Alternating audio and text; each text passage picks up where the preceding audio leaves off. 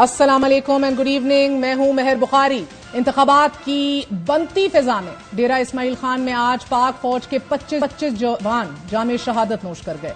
Security forces ने 27 दहशतगर्दों को हलाक किया। मुख्तलिफ कार्रवाइयों में दहशतगर्दों के ठिकानों को तबाह कर दिया गया और 17 दहशतगर्द जहन्नुम वासिल हो गए। नाज़रीन, इसी नौयत का एक और ऑपरेशन जनरल एरिया कुलाची में भी किया गया और इस ऑपरेशन में भी दहशतगर्दों के ठिकाने तबाह करते हुए 4 दहशतगर्दों को हलाक कर दिया गया, मगर शदीद फायरिंग के तबादले में पाक फौज के 2 जवान शहीद हो गए। और आज ही दहशतगर्दों के एक ग्रुप ने दराबन में सिक्योरिटी फोर्सेज की चौकी पर हमला किया। पाक फौज ने दहशतगर्दों की चौकी में घुसने की कोशिश को नाकाम बना दिया, मगर दहशतगर्दों ने बारूद से भरी गाड़ी चौकी से टकरा दी। इस खुदकुश हमले में चौकी की इमारत गिर गई कि जिससे मुतअद्दिद हलाकतें हुई। दहशतगर्दों के इस हमले का पाक फौज के जवानों ने जवांमर्दी से मुकाबला किया, मगर अनफॉर्चुनेटली 23 बहादुर सिपाही जामे शहादत नोश कर गए। ISPR के मुताबिक मारे गए दहशतगर्द सिक्योरिटी फोर्सेज के खिलाफ दहशतगर्दी की मुतअद्दिद कार्रवाइयों के साथ साथ मासूम शहरियों के कत्ल में भी मुलव्विस थे। कार्रवाइयों के दौरान असलहा, गोला बारूद और धमाका खेज मवाद बरामद कर लिया गया। ISPR का यह कहना है कि इलाके में मौजूद किसी भी दहशतगर्द को खत्म करने के लिए सैनिटाइजेशन ऑपरेशंस किए जा रहे हैं और सिक्योरिटी फोर्सेज मुल्क से दहशतगर्दी की लानत खत्म करने के लिए पुरअज़्म है। जहन में रखिए, डेरा इस्माइल खान में पुलिस स्टेशन में मौजूद मिलिट्री कैंप पर दहशतगर्दों की जानिब से यह खुदकुश हमला ऐसे इलाके में किया गया है कि जो कबायली इलाके से मुत्तसिल है। अफगानिस्तान के साथ मुल्का कबायली इलाके से मुत्तसिल दराबन का ये इलाका डेरा इस्माइल खान से 60 किलोमीटर के फासले पर है। कबायली इलाके से डेरा इस्माइल खान तक रसाई इसी इलाके से होती है।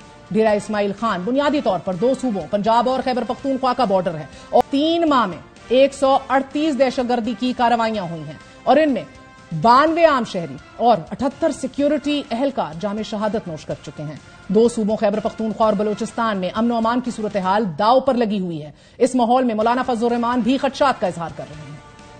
एक तरफ दहशतगर्दी ने इंतखाबात पर सवालिया निशान उठा दिए हैं तो दूसरी तरफ मियां नवाज शरीफ के लिए इक्तदार के रास्ते की रुकावटें एक एक करके खत्म हो रही हैं। एवनफील्ड से बरियत के बाद आज मियां नवाज शरीफ को अल अजीजिया रेफरेंस से भी बाइज्जत बरी कर दिया गया है, लेकिन दूसरी तरफ माजी में चीफ जस्टिस और मुस्तकबिल के चीफ जस्टिस के दरमियान तलखी भी एक बार फिर अपनी पूरी ताकत से अवाम के सामने आ रही है। चीफ जस्टिस काजी फायज ईसा की तरफ से मुस्तकबिल के चीफ जस्टिस एजाजुल एहसन के खत का जवाब दिया गया है।